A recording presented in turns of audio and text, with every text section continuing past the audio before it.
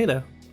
This is going to be a video covering Fire Mage in Mythic Castle Nathria, executing the boss Huntsman Altimor, I believe that's how it's pronounced. The purpose of this video is simply to show you the effective way to play Fire Mage to its highest level so you can get the most DPS and perform to the highest possible level you can. Now there may be some small mistakes I'm making here, but the main goal of this video is to teach you the fight as a mage, what your expectations are, and just how to get the most out of your class. Okay, so the important thing about executing fights in general is just to do your best to have as little downtime as possible and do your rotation priority as per normal, and use your combustion at the right times. In this encounter you're going to be using your combustion pretty much off cooldown all the time, so be ready for that. But sometimes you may need to hold it because the timers can change slightly and you want to get the most effective use out of it, and I'll talk about that in the video. So to start here, I'm going to be using my Soul Ignited trinket because it's going to go off during my combustion where I have a fire damage increase, which is going to give me the most damage here. I'm going to hard cast a Pyroblast for the most damage, activate my combustion before it finishes casting for the opening crit, and then just do my normal Fire Mage rotation. Now what I could have done here is done a Scorch instead of a Phoenix Flames here, so then I can spread my combustion one last time at the end for a longer duration ignite for more damage. But I didn't do that. So now as you can see here, DPS is running in with the Vicious Lunge. You can pretty much ignore this mechanic, so you can just stack up with it, it's not really a problem. If you have like a Sin Seeker debuff though, you might have to watch out, which I'll show you in a second. So now the Sin Seeker is about to go off, and as you can see 3 players are going to be marked. Now I want to just show you something here quickly. For the first 3 Sin Seekers, if you look in the top left we have these notes. Now what we do is the first Sin Seeker that comes out, we have them spread quite far apart, and we have people soaking in each line because the damage is split between everyone, and then everyone in the line also gets the Sin Seeker debuff, which does a bit of a dot damage, it's not too bad. But then from that Sin Seeker onwards we use immunities, because as the fight goes on the Sin Seeker gets a lot more hectic, which I'll talk about later on, and being able to immune them and just ignore them is so huge that we did it, because it just makes it a very fast kill. So as you can see, they spread out, we soaked them, and then it's just back to the fight. And then the Vicious Lunge is coming in. Now I soak this, but sometimes I don't soak this because it's not nice to have 2 ticking dot debuffs, but since we Spirit Link it doesn't really matter. As you notice, you can see them swapping Pyroblast between targets. Now I'm doing this because Pyroblast now has a dot damage tied to it, which means that you can use your Pyroblast on the 2 targets, and it's really minimal, right? But it's damage that I can still do. I'm going into my combustion here now, maybe a bit early than I wanted, but the reason I'm doing this is because I want to have my combustion up to the specific point later on. So as you can see here, I actually saved the Phoenix Flames charge, and I'm going to use it here to just spread an ignite on this ad. Now it's only a 1k ignite, but it's still nice damage, and I saved it just for this moment. Over the duration of the ignite, it probably makes up for the pyro I missed.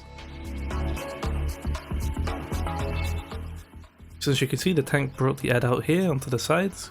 Now there's going to spawn 2 ads. Now we always bring it to this corner over here, and both me and the other mage, we made a deal that I would always get the one closest to the entrance and he would always get the one closer to the markers on the right there, as you can see. That way it's pretty easy to know which ad you have to control, and all you need to do is just polymorph your ad that you're told to mark. Now other classes can do this as well, but mages, because since we have a spammable CC, it's just easy for us to poly your targeted ad, and it just makes the fight a lot easier. So make sure you do polymorph your targeted ad, and if you see on the raid frames on the side here, you can actually see if the CC gets broken, so keep that in mind as well. If you don't have frames like this, you can also set the targets to a focus, just make sure it doesn't get broken. If it does, you may have to spam polymorph on it, but ideally no one dots those up at all, and you wait for the stacks to reach 20 and then we'll drag them in later on. Now as you can see here, this is where we're going to do the immunes. Now since we have the second soak, all the Sin Seekers are going to their assigned marks, and we're going to have 2 people immune in the middle. That way we don't have to deal with the mechanic of having all these extra ghost spawn, because what happens now is that whenever you soak a Sin Seeker, because the second dog is up, you now have to split the damage between the people, and for every person hit you're going to spawn multiple adds which buff the boss if they reach him, and the healers need to heal them up. So by immuning it we can just completely ignore the mechanic pretty much. The only thing is the tank needs to drag the boss away from them a bit, and the healers need to heal them up really fast. And that happens throughout the whole of the fight. Now my combustion is coming up with Bloodlusted. Now we don't need add damage here, the adds are going to die really fast, so I'm just combusting into the boss for boss damage. The adds are not going to come in here actually for this combustion. I will have my shifting power, Night Fae relic, I will have my shifting power ready for these so I can get a bit of damage on them. It's not really cheesing because it's just part of my rotation, and I'm just going full boss damage because we don't need add damage. They died so fast and they are irrelevant. Now see, for example there, this is what I mean, like the rank 1 at the moment for this fight, he was playing with Flame Strike and Flame Patch, and what he actually did was whenever he had his combustion he would just Flame Strike those 4 sets of adds, or the 4 targets stacked up. Now this isn't too bad, you're not losing an insane amount of boss damage from this, but you are losing boss damage, so I would really advise only Flame Striking if your guild is okay with it, and you need add damage and the boss damage and you don't mind doing that, then that's completely fine, honestly it's not a problem. But if the adds are getting absolutely deleted, then don't, you know, Flame Strike them unless you're just going for logs, because it doesn't look good and it's just unnecessary. Also, if you're just watching this for the logs, just keep in mind that the damage to the adds is also removed from the logs. Well, it's not to the adds, but the damage increased that you do to the adds is removed from the logs, so it's just irrelevant. So just do your DPS rotation as you would normally. So again, I'm just polymorphing my targeted add. Not really anything going on here.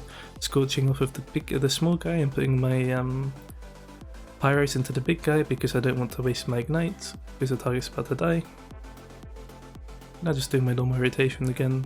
As you can see, they immuned it again, and now we have the next doggo. Now this doggo is not really too much of a problem. If you get the ground debuff on, you just have to run out to the sides, as you'll see people doing soon.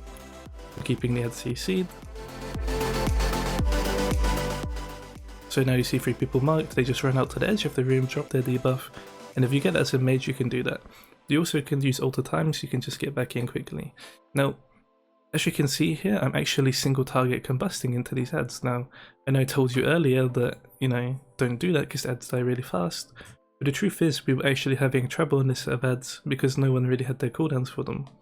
So what we decided was that I would combust on my polymorphed add and the other mage would combust on his add, and that way we can actually make sure these adds die, because this is the only thing that could wipe us now. If these adds die, the boss is dead, and that's all we did, and it led to a kill, as you'll see later on. So yeah, I'm combusting these adds, we just need to kill them. Okay, the adds are dead. Now it's just the rest of the fight to do. Now my soak is coming up here, where I'm going to have to soak with my ice block, I believe. I don't know how well we actually bugged this, because this is always where the Sin Seeker used to happen, but for some reason it just never went off.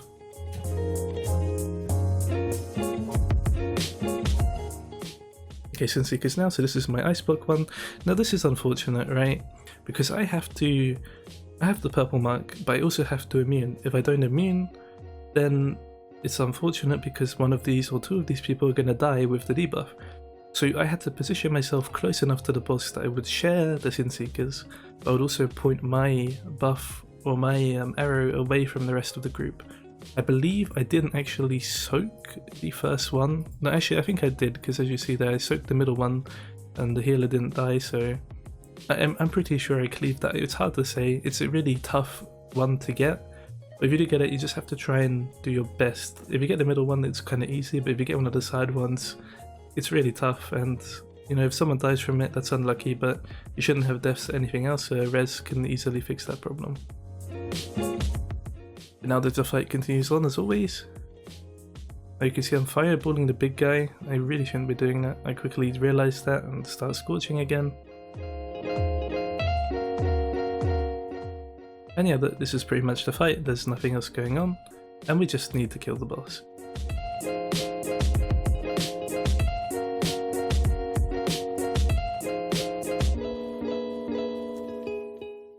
So so my combustion's coming up soon, obviously I'm thinking about that. I know I'm not going to get a second potion, and I know the boss is going to die very fast, so there's no point holding onto this to wait for an extra charge. I just want to get this damage done as soon as possible. So I use it instantly without hesitating. I'm just doing everything that does the most damage, just spamming my fire strikes. I'm just trying to just get that last bit of damage in. And the fight is done. Boss is dead, and you have killed a Mythic Huntsman.